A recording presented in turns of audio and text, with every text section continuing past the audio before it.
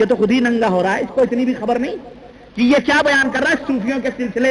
اور کون سے صوفی ہیں یہ؟ اللہ کی قسم یہ وہ صوفی تھے جنہوں نے اسلام کی شکلوں اور اسلام کی صورتوں کو امت کے سامنے مس کر کے پیش کر دیا. یہ ابن عربی تھا، یہ حسین محمد حسین منصور حلاج تھا، یہ بستانی، یہ جنید بغدادی، ان کی کتابوں کے اندر جو ان کے عقیدے لکھے ہوئے ہیں، استغفر اللہ استغفر اللہ. اور میں بیان کر چکا ہوں آپ حضرات کے سامنے، یہ ابن عربی وحدت الوجود کا عقیدہ جو یہ کہتا ہے کہ دنیا کے اندر کوئی چیز موجود نہیں ہے، لا الہ الا اللہ، یعنی لا موجود الا اللہ، دنیا کے اندر کوئی چیز موجود نہیں ہے، کوئی چیز موجود نہیں، نہ تم موجود ہو، نہ ہم موجود ہیں، نہ آسمان موجود ہے، نہ زمین موجود ہے، نہ ستارے ہیں، نہ ہوا ہے، نہ آگ ہے، نہ پانی ہے، دنیا کے اندر نہ جانور ہیں، نہ چڑیے ہیں، نہ پرندے ہیں، کوئی چیز موجود نہیں ہے، بلکہ یہ جتنی بھی تم نظر آ رہی ہیں الا اللہ، یہ سب اللہ ہے.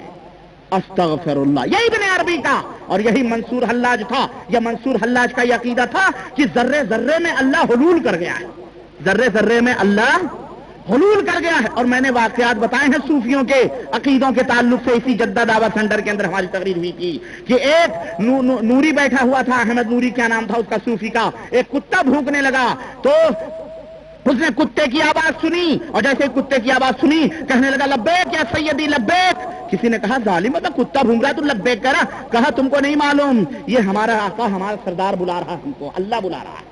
ان کو چوہے کے اندر اللہ، سور کے اندر اللہ، خنزیر کے اندر اللہ، لا موجود الا اللہ، کوئی چیز موجود نہیں ہے سوائے اللہ کے. یہ صوفی ابن عربی کا یا منصور حلاج کا جس کو علماء نے قتل کا فتویٰ دیا اور بغداد کی سرزمین پر اس خبیث کو قتل کر دیا گیا، اس کو قتل کر دیا گیا اسی صوفی منصور حلاج کو. اور کہا جانے لگا اس کے جو ہے قدم، اس کے قطرے قطرے سے اللہ ان الحق کے نعرے آ رہے تھے.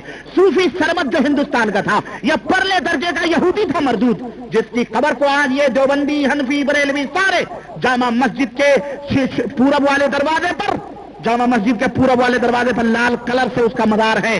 اس مزار کو سب چادریں چڑھاتے ہیں، سب چومتے ہیں اور سب جاتے ہیں. یہ صوفی سرمت، یہ یہودی تھا خبیث.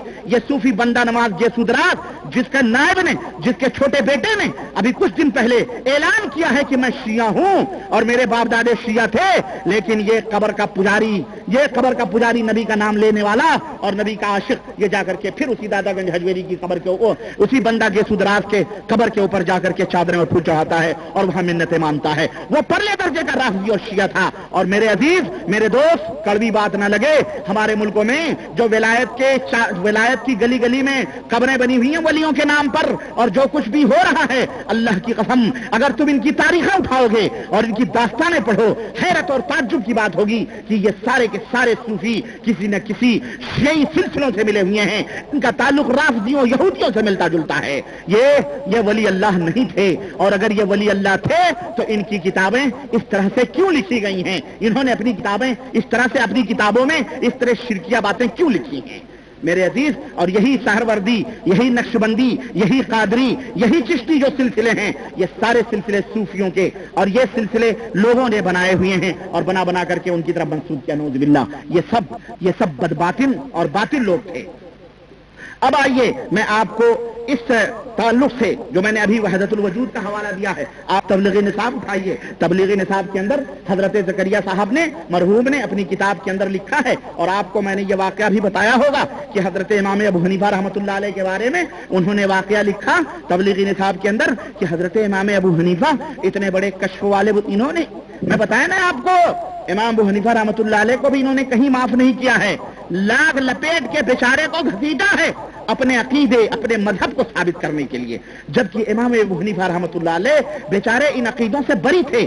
زکریا صاحب اپنی کتاب تبلیغ نصاب میں لکھتے ہیں کہ امام ابو حنیفہ رحمۃ اللہ علیہ جو تھے، وہ جب کوئی بندہ کوفے کی مسجد میں وضو کیا کرتا تھا تو امام صاحب جو پانی گرتا تھا اس پانی کو دیکھ کر بتلا دیا کرتے تھے کہ یہ گنہگار ہے، بدکار ہے، یا یہ نیک آدمی ہے. استغفر اللہ. اور سنو، یہی نہیں کہ یہ گنہگار ہے، بلکہ یہ بھی بتلا دیا کرتے تھے اس نے بڑا گناہ کیا ہے یا چھوٹا گناہ کیا ہے. استغفر اللہ. اور یہی نہیں، زکریا جی آگے لکھتے ہیں، اور کیا لکھتے ہیں کہ وہ چھوٹا گناہ بھی حسی ہے یا غیر حسی ہے، یعنی دکھائی دینے والا گناہ ہے یا دل کا گناہ. اور یہی نہیں بلکہ یہاں تک بتا دیا کرتے تھے کہ یہ میں مکروہ ہے یا مکروہ ہے یا مستحب والا گناہ کون سا گناہ ہے، یہاں تک بتا دیا کرتے تھے نعوذ باللہ۔ میں کہتا ہوں امام صاحب بیچارے نبی رحمت صلی اللہ علیہ وسلم کو یہ نہ نظر آئیں، ابو بکر عمر فاروق اور صدیق اور عثمان اور علی کو یہ سب نہ نظر آئیں، طلحہ زبیر بیچارے نہ نظر آئیں، اور امام صاحب رحمت اللہ علیہ کی طرف ایسے گپ چھوڑے گئے۔